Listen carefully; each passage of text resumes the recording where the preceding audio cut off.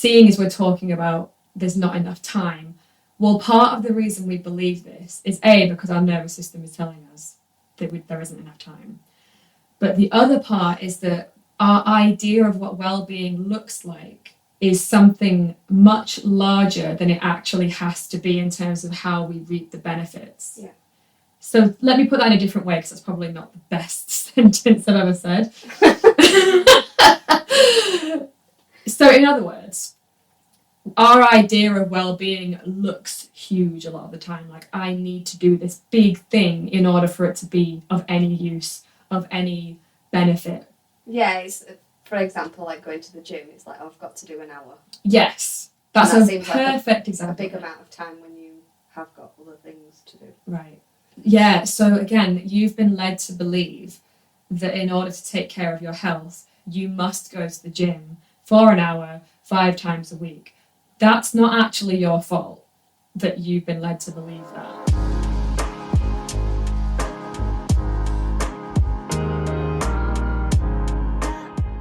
So hello everybody, I'm Sarah. And I'm Kirsty.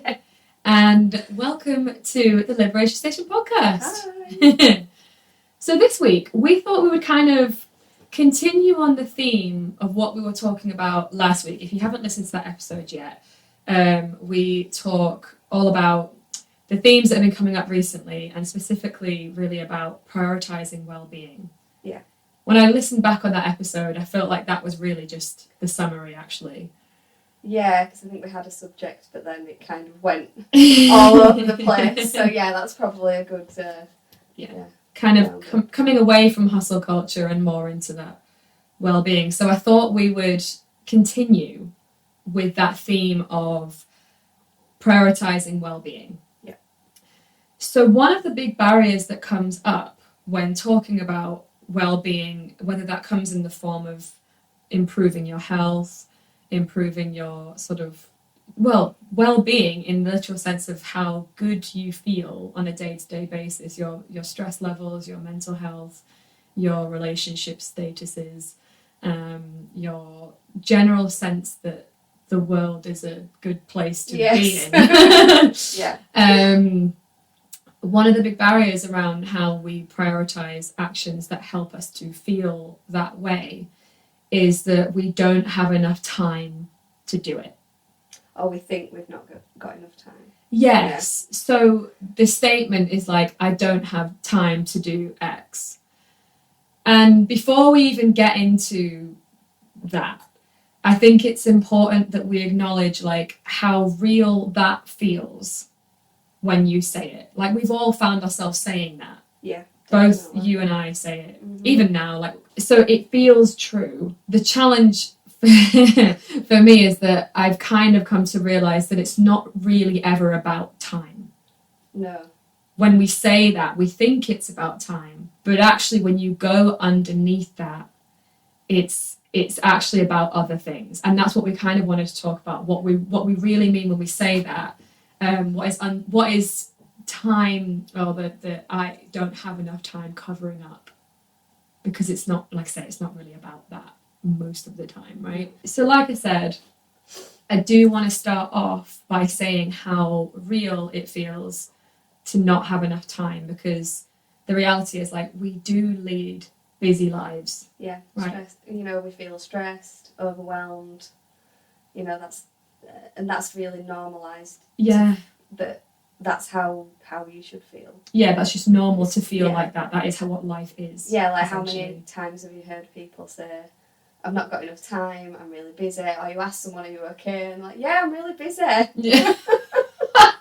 Like, that's okay. Just the glorification of it. Yeah. And again, I say that with zero judgment. It's just that is what our culture encourages. Yeah. Is to glorify busyness as though you're doing well in life if you're busy.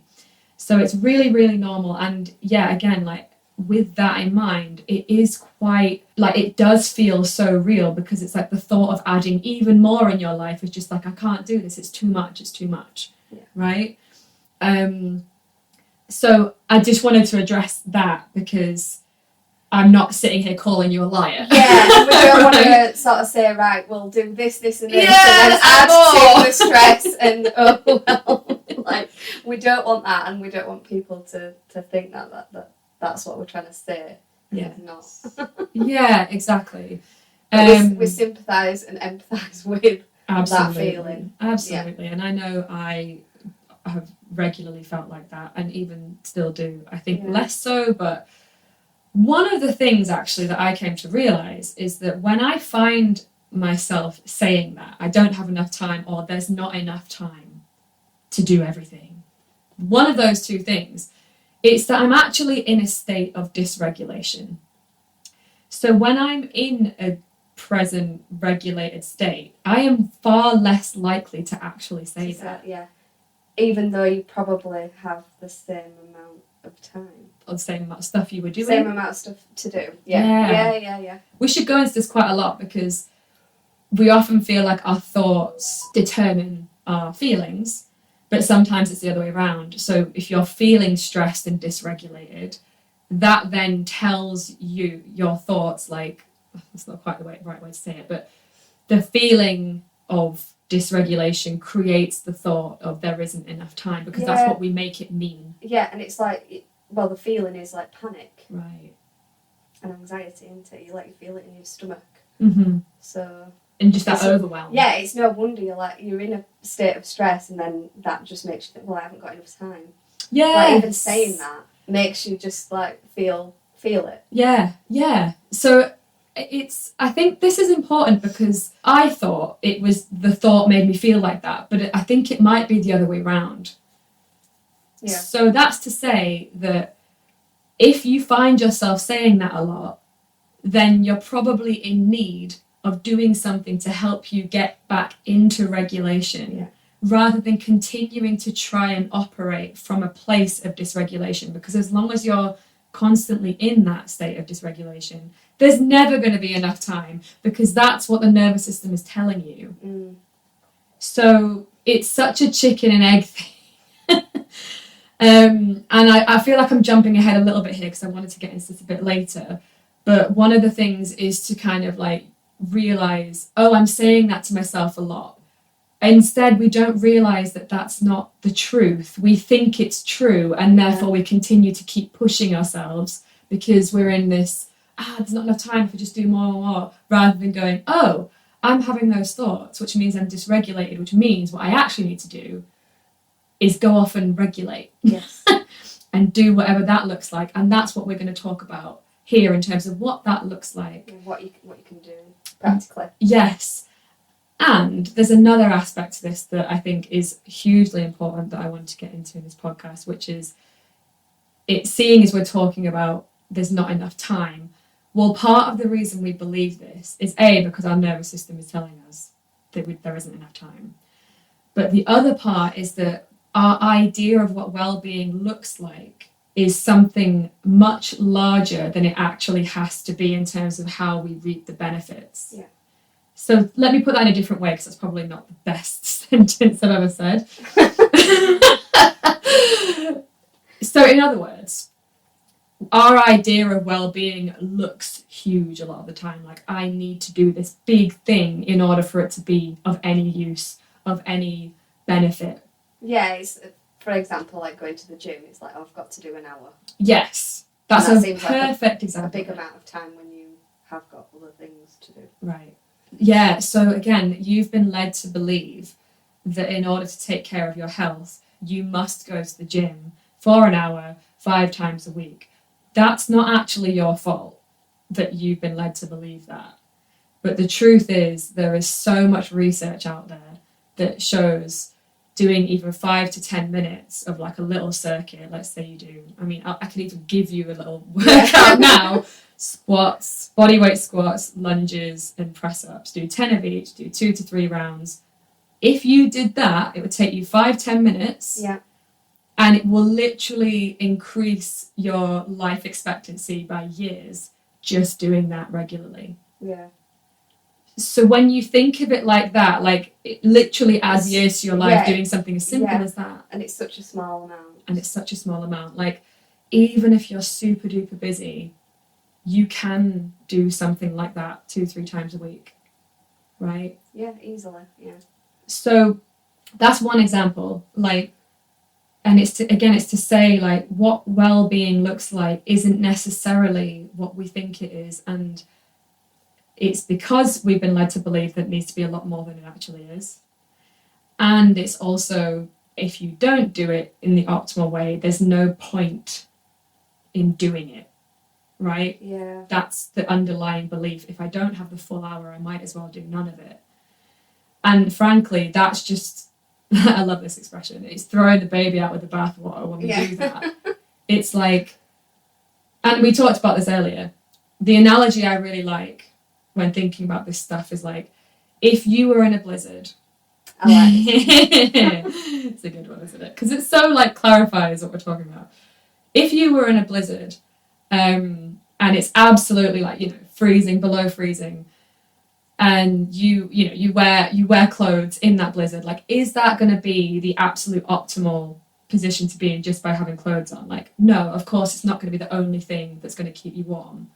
But does that mean you just don't bother wearing any clothes? Run around in the mud in the snowstorm. It's like, of course you should still wear the clothes, right? It's like, that's like the equivalent of saying, well, clothes don't solve my cold issue, so I'm just going to not wear any. That's kind of the same thing, isn't it? It's like, well, still wear the clothes. Yeah, you're still going to get some benefit from it. Right. But we think, well, because I can't build an igloo, and because I can't get like a fire going, and because I can't, whatever it would require to actually be warm in that situation, then I may as well do none of the things. Is such a, again, understandable that we feel this way, but it's such a flawed way of thinking about stuff. So what we wanted to do is get into more examples of what well-being looks like and the small ways you can do it that actually make a huge amount of difference. Yeah, to your well-being. Yes. Yeah, it's like that study that I was reading this morning, done on students, I believe, that getting out in nature for 10 to 20 minutes has such an impact on their mental and physical well-being. Yes. And that is like bringing your blood pressure down, cortisol levels, other stress markers, so like feeling less anxious, less depressed. The list was endless, wasn't it? It really was. Yeah, I can't remember all of them off the top of my head, typically. But yeah, and that is literally just going out for 10 minutes. So it could be going out for a walk, just going out to your local park. Yeah. Or just getting outside in nature. The fascinating thing about that study as well is that you didn't even have to walk in it. No, it's just being sitting. in it. Yeah, so go sit out in your garden if you've got one. Yeah. Or whatever. Yeah. And obviously for some people this is going to be easier than others. Like, absolutely, I don't want to, purely because if you've got a garden it's easier. Yes. Or if you're not in an area that has a lot of nature, then you might have to like go somewhere further afield. I appreciate that of course, it's easier for some people than others. But I don't want that to be an excuse to do like nothing at all ever, because it's like, well, I can't because of X, Y, and Z. It's like, what can you do? What can you do is the question. Yeah. Because it's really easy to sort of just go into well, my situation doesn't allow me to do that. It's like, okay, so if you can't do that, that's fine, but what can you do? Yeah. Right? I mean, I heard something the other day, it's like having houseplants. Yes! That is actually, it's the same thing. Same thing. It's the same study. Well, it's the same researchers that did that. I'm such a nerd. Like you really are. but yeah, having house plants, tending to them each day, watering them, not too much. Sarah has a bad history with house plants. I love them to death. It seems I kill them with kindness. I water them so hard. Just things. Stop killing them. but yeah, so you could do that instead. Right. Yeah, it's an option. Yeah, the point being here is that it's being in touch with nature in some form. So like plants and like wildlife and things like that. It's like, where you can. And yeah, who can't get a houseplant? You know, it's that kind of thing. Like, that's such a simple, very low barrier to entry thing to do. And again, if you can go in actual nature outside and stuff, that is amazing, great. Yeah. And if you can't, there are other things. So something as simple as that can have huge benefits for your health. And yet again, it's just like so easy to think, well, it's only 10 minutes, so what's the point? And it's like, I can assure you that the research absolutely confirms that there is every reason to do it. Like, just from a kind of the big thing I noticed with it was cardiovascular health, which is all related to stress. It's all related to, you know. Well, yeah, it's like your blood pressure. Yeah. When you're feeling stressed, you've got high blood pressure, and that just makes it nervous in your nervous system, makes you feel anxious. Yeah. You know, like heart palpitations, which I've had before, and it's, you know, that just makes you feel anxious just having that. But if you were out in nature, it's just I feel like it's just like bringing yourself back to that calmness. Mm-hmm. Yeah, because it's like we talked about in the last episode, that we are part of nature. And I think for me, because I do love walking, like I am the biggest advocate for walking in nature in particular where possible. And I say where possible because, again, just all circumstantial, I get that. I've been very fortunate that I do have a lot of nature around me, so I've been able to do that. And one of the things I think that it really helps me from my own observation is obviously walking in of itself is great for your health. It's really great for like, it's such a low stress activity that it's really great at bringing your stress levels back down and regulating yourself. So if you have something that's really stressful, go out for a walk. It will help you get back to regulation. So there's that. But the other thing is just remembering that we are part of nature, and that we are cyclical, and that we are, you know, all of that stuff that you can really easily forget when you don't immerse yourself in that remembering that we are part of this. Yeah, it makes me think of, I'm not sure if it's a study, but you see it quite often, just go out and take your shoes off and go walk in the grass. Yes. Like feeling grounded. Yeah, I love that, like taking your shoes off and feeling the earth between your toes and your feet, right? Yeah, same kind of thing. It's like that connection that we have that we lose because, again, I would say in our culture, it's just not something that we were like little kids and like, let's go and do this because this is part of what we do. It's like it's not something that's indoctrinated into us, right? So we kind of have to do that ourselves, and but it doesn't have to be this big thing. Again, like just literally standing outside for 5 minutes in the grass. Yeah. Will do that.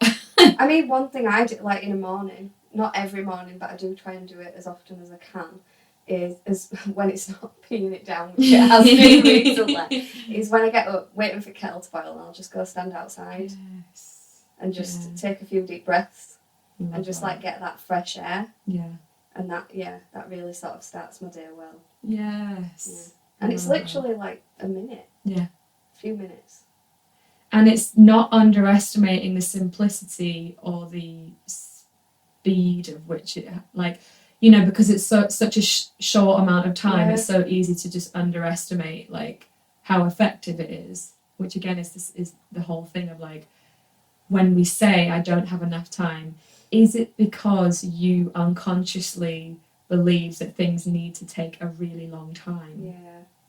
Because if you don't have time to stand outside for a minute, then I feel very sorry for you. Like, truly, like, if that is really true, like, wow. Yeah. Like, that you're doing way too much. Yes, like, way too much. Yeah, right. So, is it true? And if it is, that's a different problem. Yeah, absolutely. But I would challenge whether or not that's definitely true. So yeah, to not underestimate the simplicity of stuff, because that is one of the what's it called? A cognitive bias. It's one of the cognitive biases we have, that if things are really simple, we don't believe in their value. I think it's called like the effort fallacy. Right. So it's, apologise if I've not quite got this right, but the idea is we value things that take a lot more effort for the same result. So, for example, if there were two people, one of them was doing like exercise that was like fun and like having a good time, and they weren't like working, like having that kind of stressful energy to it, versus somebody else who was like really pushing themselves and really going for it, and they both get the same result in terms of like performance, let's say. So like calories burned or whatever. Right, you want to put like a value on it. Right. We still unconsciously, I don't know how unconscious it is actually, but we look at the person who put more effort in and see that as more valuable. Perceived effort, yeah. Yes, yeah. It's our perception is that they are better in some way. Yeah. And I think that actually has so much influence on the decisions we make, because we're like, well, if it wasn't effortful and difficult, then it's inherently unvaluable. Yeah, it's no wonder. Right. Yeah. And I'd be interested. Actually, I truthfully don't know the answer to this, but I will look at this up afterwards. I wonder if that is more as a result of like just our human nature, or the culture that tells us that it's supposed to be more effort. I suspect it's a combination of the two. Yeah. But anyway, that is definitely one of the fallacies, is that if it doesn't require lots of effort, then it's pointless. And the research just does not show that on any level. Like. So more examples of activities that really make a huge impact on our well-being that we undervalue. We talked about this in the last episode as well. I think that having some kind of a creative practice is really, really helpful for our well-being. Like, again, there's infinite amounts of research on this, but there are so many hang-ups we have about creativity. Right. So, first of all, we're talking about time in this episode specifically. So the idea that we need all day to do it or something. This is particularly true if you're someone who has a creative like job or something. Yeah. But like you need loads and loads of time around it. That's one of the things. But also because of this hustle culture that we were referencing in the last episode, we feel like we have to make it productive. Yeah, so doing it to produce something. To produce something and get something out of it, yeah. So you can't just make art for the sake of making art. You have to do it to make something and profit from it in some way. It might not always be in the form of profit, but it might even be in the form of, oh, I want to draw a picture and I'll give it as a gift to somebody. And it's like, well, again, that's lovely. Don't say don't do that. But if it's always like, I can only do it because it's Christmas time and I can make cards for people, it's like you could do that anytime. Yeah. Right? You don't have to only do it because it's Christmas or Halloween or whatever. Like, you can be creative at any point, not for something else, because it's an occasion or because you need to produce something for money. Yeah. So that's a huge barrier to doing it, because it's like, well, then again, what's the point? Yeah. But the research again shows that the benefit of doing something creatively, and like that can look like so many things, like cooking, like, or drawing or coloring in, or it doesn't have to be something art, but like I think we do have a lot of fear around making actual art because we think we have to be good at it. Yes, that's another barrier. There's so many hang-ups. yeah, we can't make it messy. It needs to be really good, and if it's like not a good piece of art, then people feel horrible about themselves, and it's like, it's just insane how many barriers there are to it. And yet allowing yourself to do something messy or badly or for no reason other than just to do it, no one else has to see it, can be just for you, the benefit of doing that like is insanely high, and it's just not encouraged because it's not quote unquote productive. It's something as simple as like colouring in for 45 minutes. Like, I think there was a study I was reading that said 45 minutes specifically, but the level of cortisol in the blood dropped like massively by doing that. Wow. Again, in terms of that sense of well-being and that things are okay, and it's like that kind of, you're not thinking about everything else. I guess it just allows you to switch off and just concentrate on a specific thing rather than all the other things going on. And if 45 minutes feels like too much right now, like 10 minutes, Yeah. you know, there's still benefit to it. Can even be like doodling. Yeah, Yes. absolutely. Yeah, Yeah. Just scribbling. Like, I always really like it. I mean, this is a podcast in and of itself, so I won't get too deep into this. But especially if you're someone who identifies as being quite perfectionistic or people pleasing, because they are a bit connected, I think, those two, a bit hand in hand, aren't they? Yep. We could do an episode on this at some point. If that's you, then deliberately make bad art, because that will help you heal. Right. If you are very perfectionistic and you continue to do things perfectly, you are only reinforcing the fact that everything has to be perfect, and you'll procrastinate to shit. Because it's not. I can really. I feel. I can really relate to that. And I can remember at high school, my art teacher, she was like, "You're too much of a perfectionist." Right. Yeah. So that was recognised at a young age. Yeah. Yeah, and so again, like I'd love to talk about that more, but I think that's a different subject, but yeah. Yeah, so I can relate. Yes. And it's gonna feel uncomfortable, but that's exactly why it's healing, because it's like it's unlearning that things have to be perfect and things have to be for other people, hence the people pleasing that comes into it, rather than for yourself and being messy. And it's like, it makes me think of, actual inner child healing. Like if you were, I mean, again, this is going so deep into something else right now. But if you were a kid that was told you had to do everything perfectly and well and all that kind of thing, there's a little tiny child inside of you that's like, I just want to be a mess. Let me be messy. Like, I can practically guarantee there's a part of you that desperately wants to be seen in that way. Mm. And the way you heal from that is deliberately make shit art. Yeah. I'm going to try that. Yeah. Like, and then because what you realise is like, oh, it's safe. Because the reason you don't do it is because some part of you is like, it's not safe to do this. You notice how everything we talk about always comes back to this. It's not safe. And it's like, but that's how you learn that it is safe, by doing 5 minutes of bad art. Yeah, that you're not going to die and no one's going to hurt you and it's all okay. Yeah. And you have to practice. Yeah, practice. That's it, because then you're teaching yourself that it is okay. Yeah. The more you do it. Like, oh, the world didn't fall apart. It's all right. It's okay. I can do this. So we've gone on a bit of a tangent there. But coming back to the sort of the central theme of like feeling like there's not enough time for things that improve our well-being.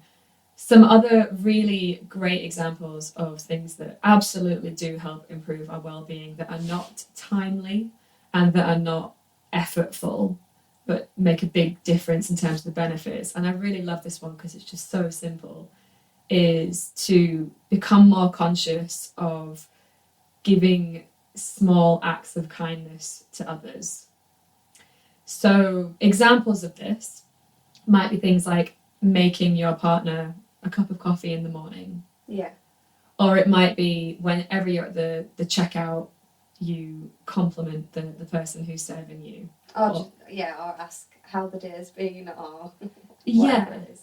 And just do something nice that that helps them to feel good in some way. You were telling me about one earlier that I thought was really nice. Yeah, one of my clients, she'd been out for lunch with her family and noticed this lady they only served pizzas, and there was this one lady making the pizzas, and my client made a point of going over and saying, it was really, really good, and she was like, oh, that's, she really made up that somebody had taken the time out, which is only like seconds, to go over and say thank you, because people don't do that. Right. Yeah. A lot. Exactly, yeah. It's like acknowledgement, and it's so simple, so easy to do. Yeah.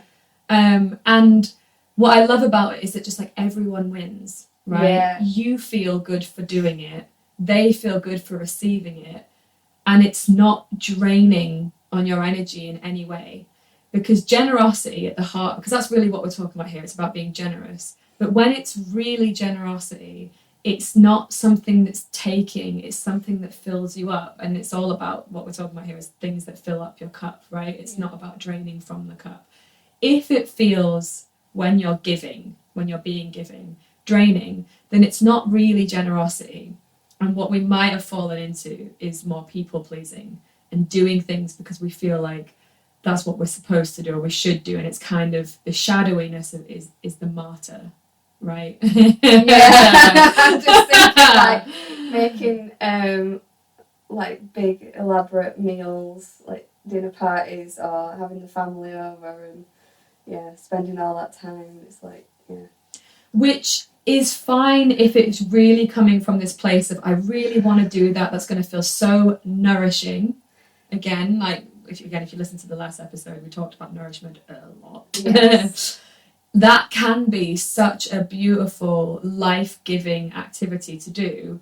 And it can also be very, very draining. Yes. Depending on the energy that's coming into it. Like, do you love to cook and do you really want to do this for people and it just feels so good for you to do it?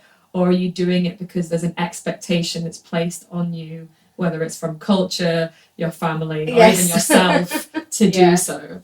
Yeah. Because that's not the same thing as acts of kindness when it's coming from that place. But true generosity feels good. So the inquiry, the point of inquiry there can be like, is this feeling good for me to do it? Or is this draining me? Yeah. Depletion or fulfilling in some way. And again, to relate it to the topic of this podcast, it's not a time issue. No. To say to somebody, thank you so much for your help. I really, really appreciated that. This pizza tastes amazing. Oh my gosh, thank you so much for doing that. So simple. And it takes seconds.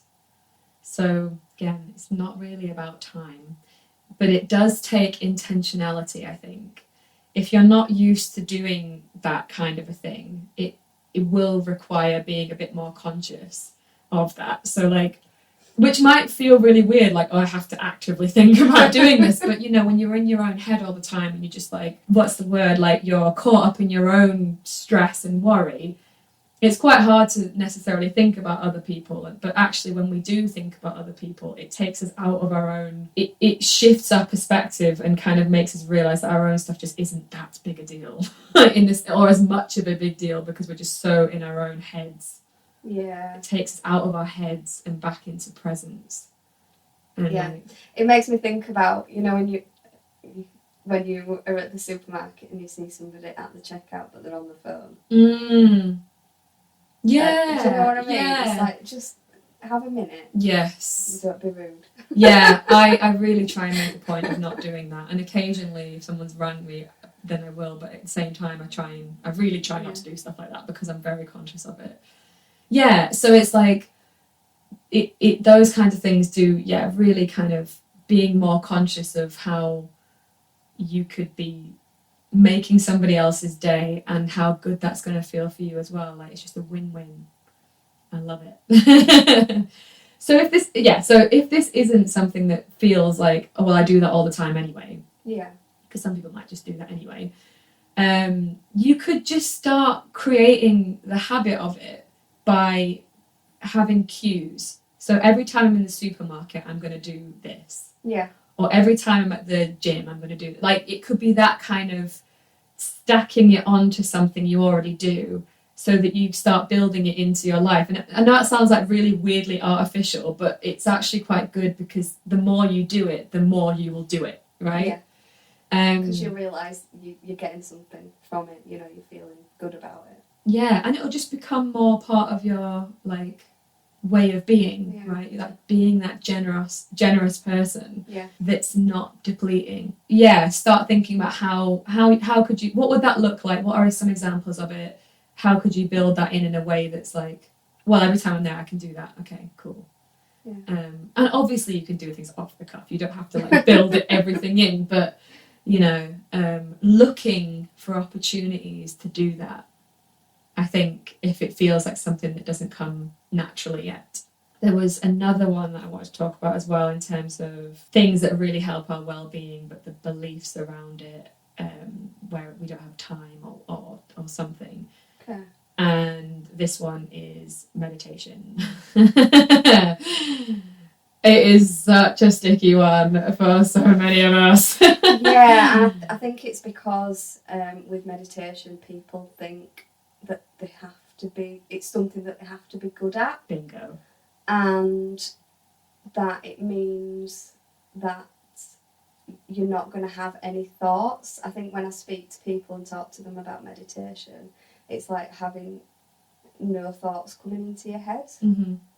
Like your mind should be completely clear. Yeah. And it's not that. Yeah.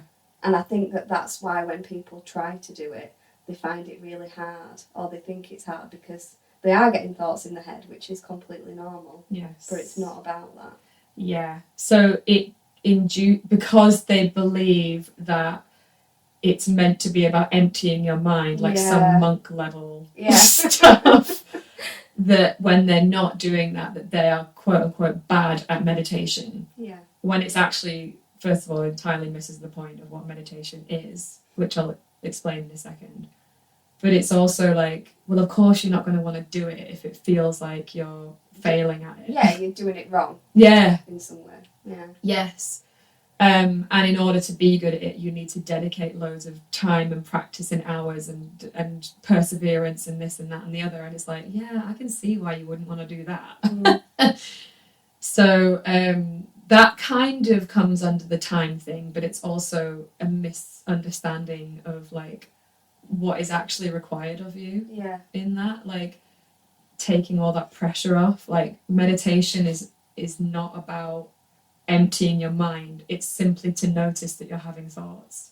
That's the practice of meditation. So for example, you know, I mean there's loads of types of meditation, but at its core, and I won't say I'm not a meditation teacher, so I do want to say this is not like something I want to seriously get into right now, but I know I had loads of resistance to this, and I want to talk about it just because I actually do it now.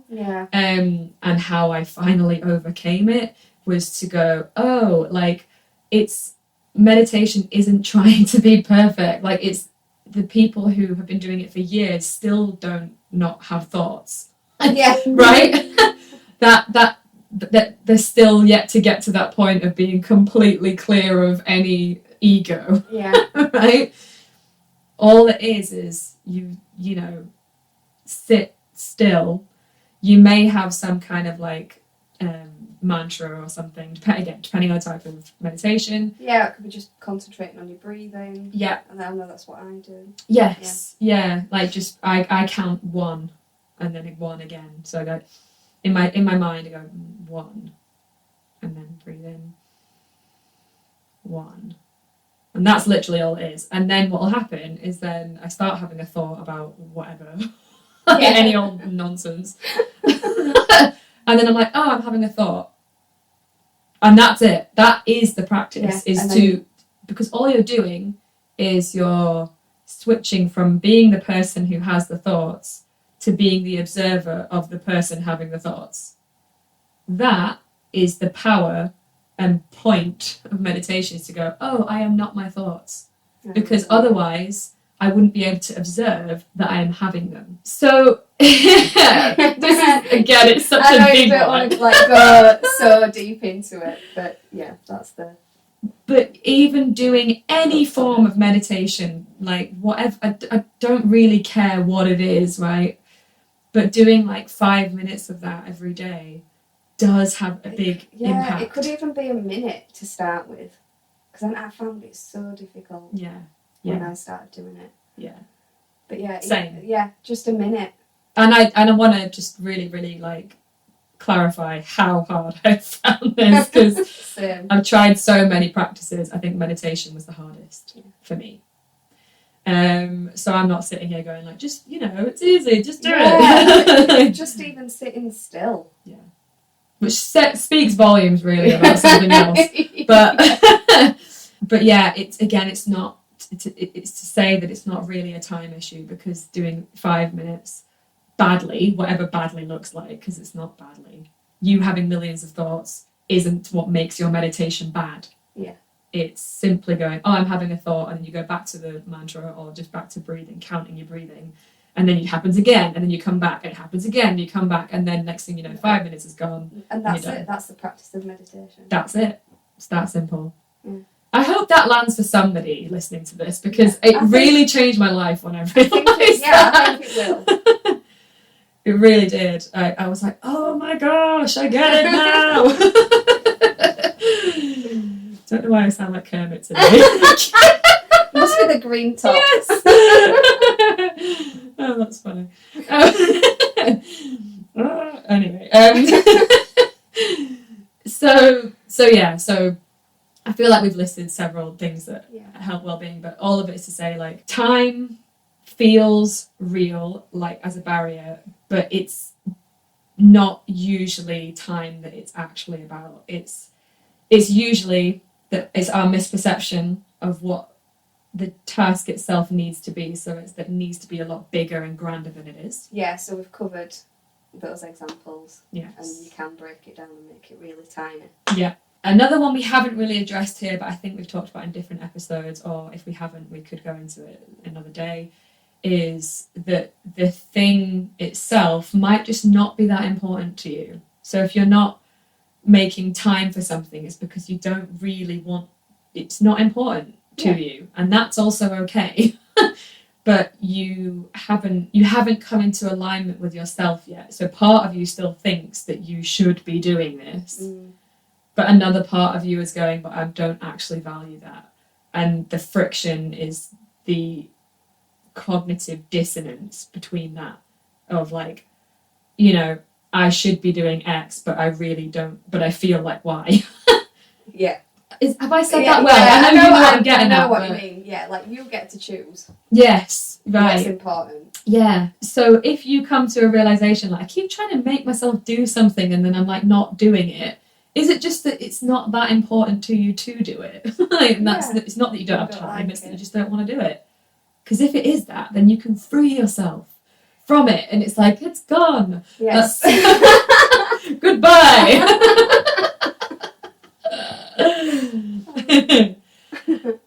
And then there was one more thing I was going to say when it comes to time.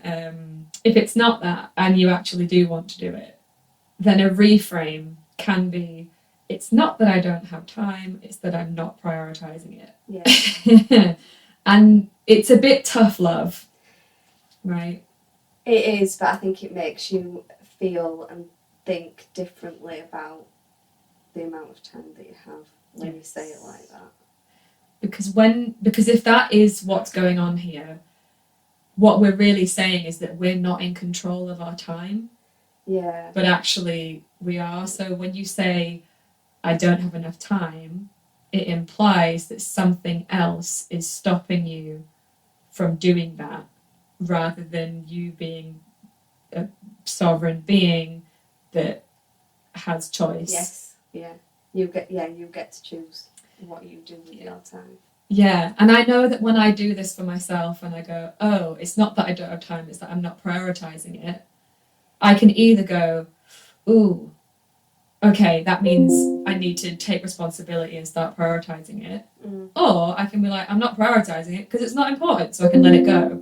And either way, you free yourself when you shift it to, I'm not prioritizing this. Yeah. So don't see it as like a reason to beat yourself up. See it as like a way to empower yourself, right? When you say that, it's an empowering statement rather than disempowering, which is, I don't have time. That doesn't make me feel at all powerful when I say that. Yeah, it's like you just said, something else is in control. Right. But it isn't.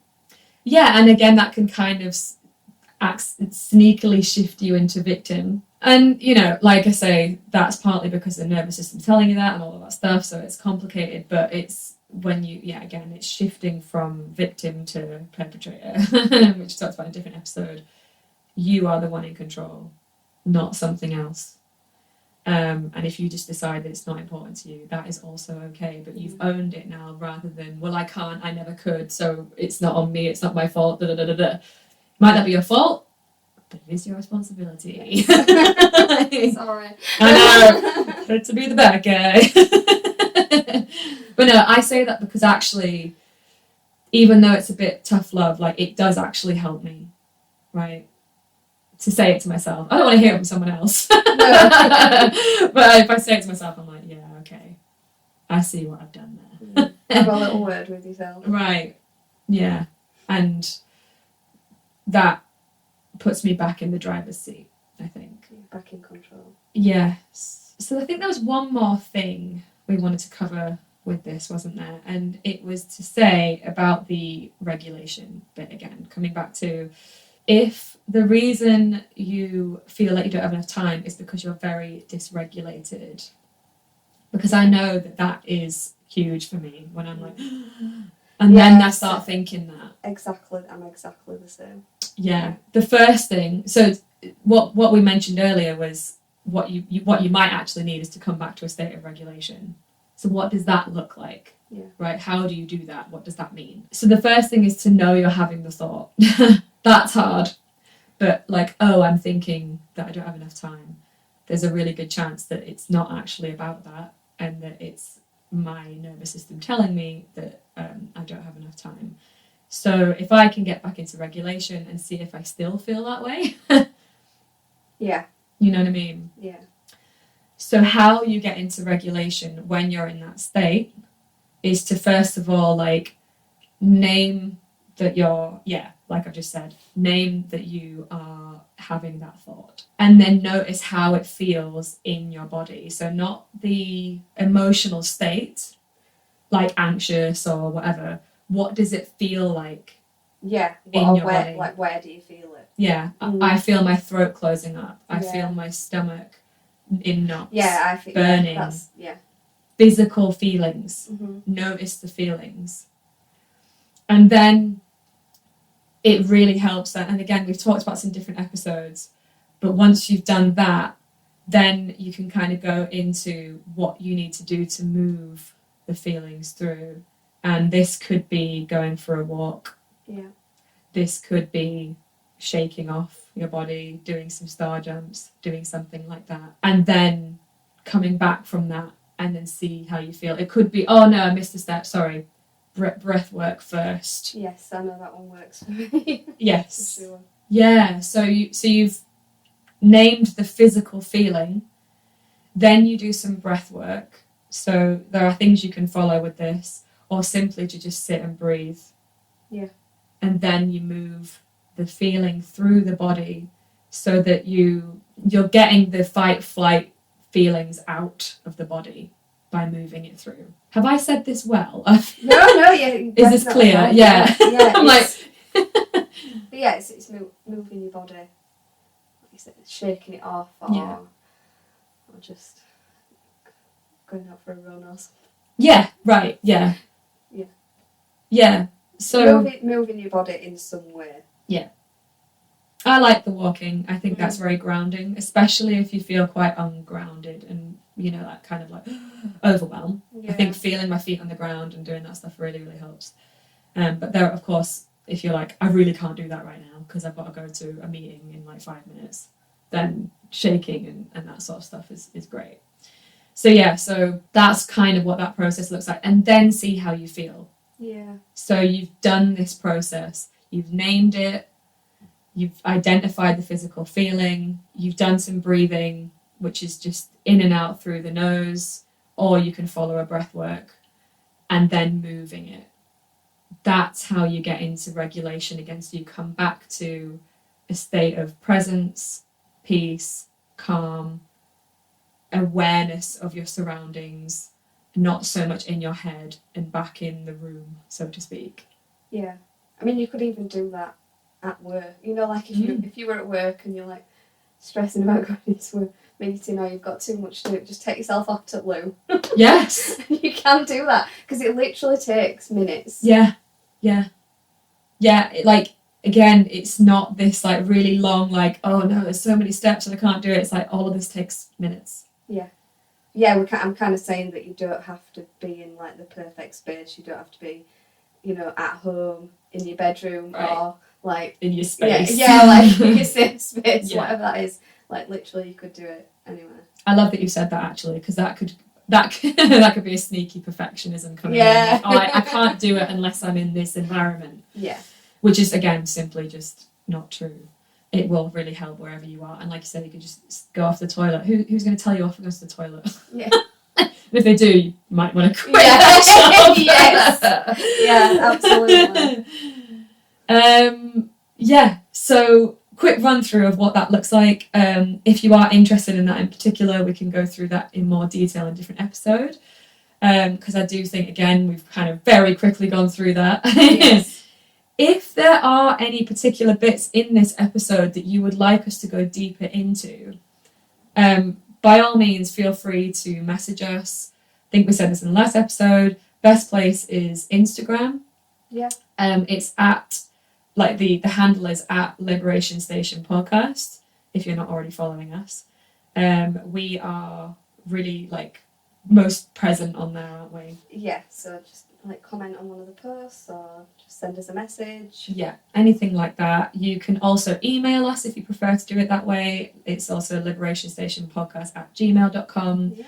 We have a Q&A on Spotify if you listen there, so you should see at the bottom of the show notes like a Q&A box. Right, that makes sense. Yeah, so just leave a question. You can put it there.